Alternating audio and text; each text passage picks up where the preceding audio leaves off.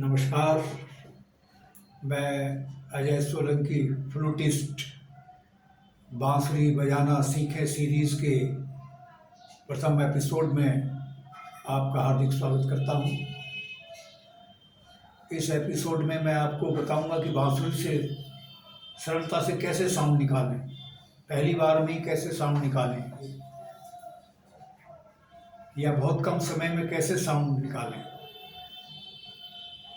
यदि आप बिगिनर हैं, चाहे आप बिगिनर ही होंगे, साउंड निकालना जो सीख रहा है वो बिगिनर ही होता है, तो उस साउंड निकालने से पहले आपको सही बांसुरी का चयन करना होगा। सही बांसुरी से मेरा अभिप्राय है सही बांसुरी का जो साइज है, जो बिगिनर्स को सूट करता है, वो सी स्केल होता है या 16 से 18 इंच की लंबाई की बांसुरी आप चुनें। बहुत छोटी बांसुरी ले लेंगे तो उसके सुराख बहुत नज़दीक होते हैं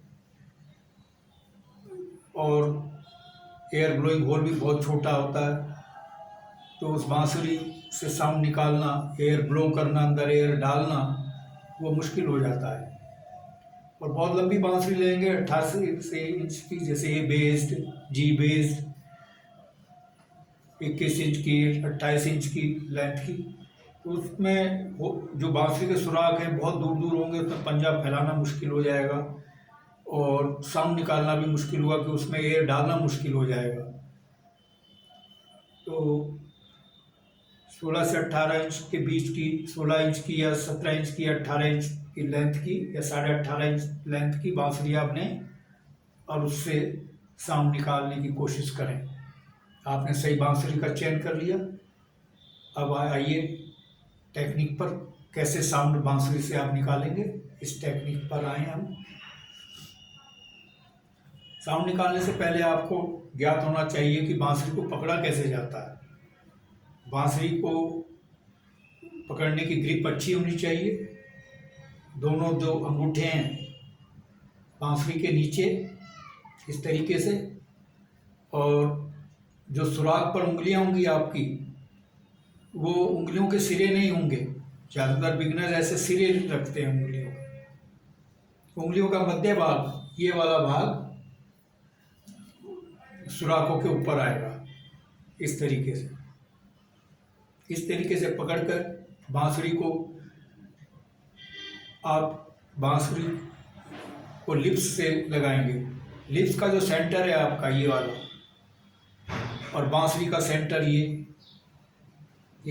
कट जो लगा हुआ होता है, उसको यहाँ उससे मिलाएंगे। और लिप्स का जो लोअर एज है, ये लोअर, ये जो एज है, इसको इस एज पर आप टिकाएंगे, थोड़ा प्रेस करके, हल्का सा, बहुत ज़्यादा प्रेस भी नहीं, और ऐसे यूँ, और इस पोजीशन में बांसुरी को पकड़ेंगे। फिर उसमें एयर ब्लो करेंगे। एयर ब्लो करने का तरीका ये है कि स्ट्रीम लाइन फ्लो में एयर जानी चाहिए। आपने साइंस में पढ़ा होगा स्ट्रीम लाइन फ्लो और टर्बुलेंट फ्लो, तो आपको स्ट्रीम लाइन फ्लो में एयर डालनी होगी। स्ट्रीम लाइन, जैसे आपने गाड़ी को तो देखा होगा या धोई होगी कभी अपनी मोटर बाइक या कार, तो जहाँ गाड़ी पर धब्बा होता है तो जेट से निशाना उसी धब्बे पर लगाते हैं, पानी की धार का निशाना वहीं लगाते हैं और वो धब्बा धुल जाता है। तो वैसे ही हवा की धार, एयर की धार आपको अंदर डालनी होगी, यहाँ पे अंदर, तो उससे आप साउंड प्रोड्यूस कर सकेंगे। एयर अंदर जानी चाहिए। जो एयर अंदर जाएगी बांसुरी वो साउंड प्रोड्यूस करेगी, और जो बाहर जाएगी वो साउंड प्रोड्यूस नहीं करेगी, वो बल्कि हिसिंग पैदा करेगी। इस प्रकार से आप एयर ब्लो करें।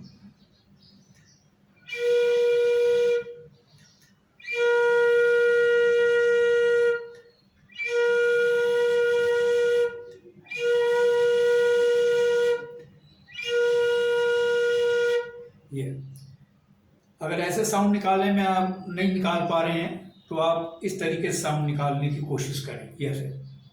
ऐसे अभ्यास करें साउंड निकालने का। बांसुरी को ऐसे पकड़ें और ऐसे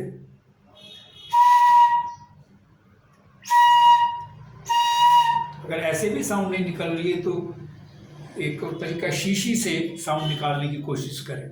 शीशी से आप साउंड निकालेंगे जब आप विद्यार्थी होंगे तो पैन के ढक्कन से भी आप निकालने की प्रैक्टिस कर सकते हैं। शीशी लें और उससे साउंड आप निकालें ऐसे। यहाँ पे एयर स्ट्राइक करें यहाँ पे। तो यही मैकेनिज्म बांसुरी से साउंड निकालने के लिए आप प्रयुक्त करें तो बांसुरी से भी साउंड अवश्य निकलेगा। तो मित्रों, एक चीज़ और ध्यान रखें, साउंड निकालने से इस समय ये होल पूरी तरह कैप्ड होने चाहिए, एयर की लीकेज नहीं होनी चाहिए ऐसे।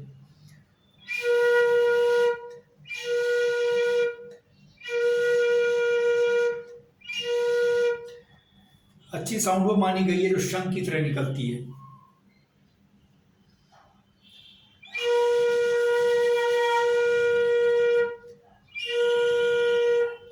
ये तो आप समझ गए होंगे साउंड कैसे निकाली जाती है।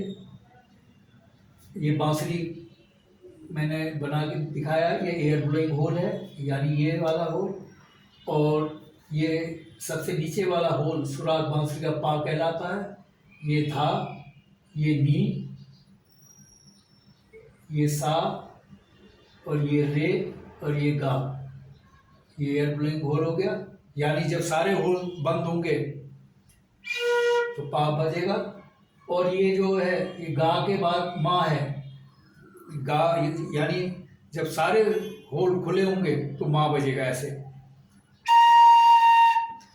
और पा कब बजाए कहलाएगा जब सारे होल बंद होंगे, बांसुरी के सुराग सारे बंद करके आप बजाएंगे तो पा बजेगा। यदि आपने मेरा चैनल सब्सक्राइब नहीं किया है, आपको यदि मेरा एपिसोड पसंद है तो चैनल सब्सक्राइब करें, लाइक करें और कमेंट करें, शेयर करें। मैं अगले एपिसोड में मैं आपको बताऊंगा कि सारेगामा कैसे प्ले किया जाता है। इससे अगले एपिसोड में कि कैसे गानों के सुर तैयार किए जाते हैं, उनको गानों को कैसे सारेगामा में कन्वर्ट किया जाता है, इस टेक्निक से मैं आपको अवगत कराऊंगा आने वाले एपिसोड्स में। तो उम्मीद करता हूँ कि एपिसोड आपको पसंद आया होगा, आपको समझ में आया होगा। यदि आपको कोई क्वेरी है, प्रश्न है, तो मेरे व्हाट्सएप नंबर 9411769698 पर कर सकते हैं, कुछ सवाल कर सकते हैं, जानकारी ले सकते हैं, सीख सकते हैं, जान सकते हैं।